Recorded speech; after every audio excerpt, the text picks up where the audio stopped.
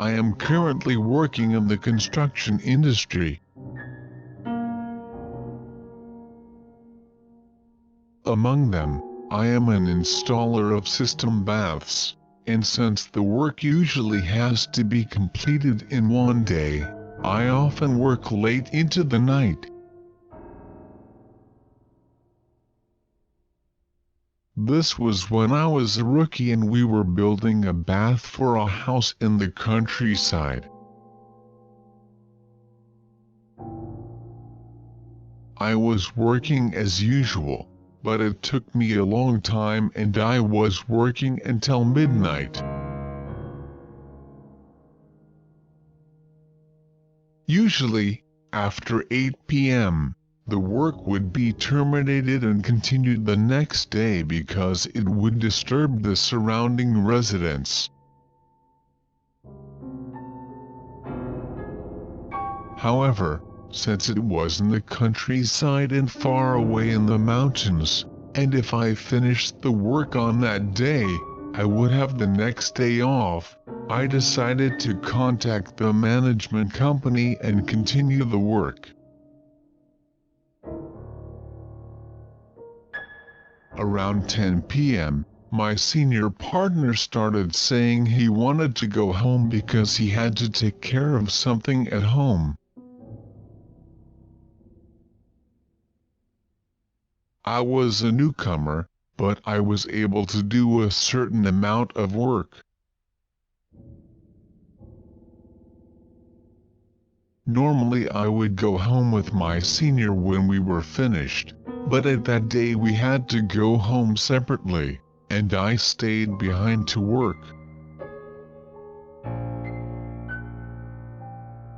About an hour after he left, the work was finished, and the final touch was the installation of a mirror for the bathroom. When I finally finished, I looked out the window at the view in the mirror. And I saw a woman standing there. It was deep in the mountains, and the time was midnight. There were no houses around. I tried to think that I had simply misjudged the scene, but terrified, I hurriedly began to clean up the equipments. First, I closed the windows and finished my work without looking in the mirror as much as possible. Then, when I did my last check, I saw the silhouette of a woman in the window pane. She is getting closer than before. Half panicking, I quickly left the bath to escape, got into my car and started off. As I calmly thought about it on the way home, I started to get really scared thinking about who that person might be. Then I realized the worst thing. At my company, we have to leave the warranty card for the bathtub at the bottom of the bathtub when we finish our work, but I had completely forgotten about it. I worked so late and it would be tiring to come back tomorrow, my day off. After much deliberation, I decided to go back and leave it there, even though I was afraid to do so. When I arrived, I took the documents out of the trunk of my car, unlocked the property I had just left, opened the bath door at once so as not to look around. and when I was about to put the documents in the bathtub, suddenly my cell phone rang. I was so startled that my heart was pulsing painfully and I was sweating strangely. The call was from a local friend who has had many psychic experiences and was also a fortune teller. I picked up the phone immediately because it was someone I just wanted to talk to after what had happened earlier. "Hey, you're at such a place right now, aren't you?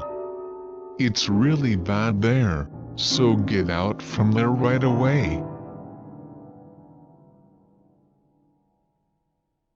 He told me right after I picked up the phone, so I made a mad dash for my car and tried to start the engine. But it wouldn't start. Just when I felt that this was finally going to be a problem, the engine started. And when I shined the headlights, I saw a rather tall and large woman in a one-piece dress standing right in front of the car. I backed up the car with the gas pedal at full throttle and started the car and went back to my hometown like crazy. Later, I told my senior what had happened at that night. He turned pale and said, "Yeah, I knew it, to tell the truth." When I asked him about it, he said that when he was working on another property at the foot of the mountain in that area, his seniors also often saw the same appearance woman's face in the mirror. So he never wanted to work late at night. Coincidentally, the day he went with me, he really had something to do, so he couldn't do anything about it. The friend who called me told me that a long time ago there was a family that had committed suicide in a village around there. He said the family's spirit appeared in front of my eyes. I had never believed in ghosts before, and whenever I had watched TV programs about them, I was thinking that they were lies anyway. But after this incident, I began to believe in ghost stories.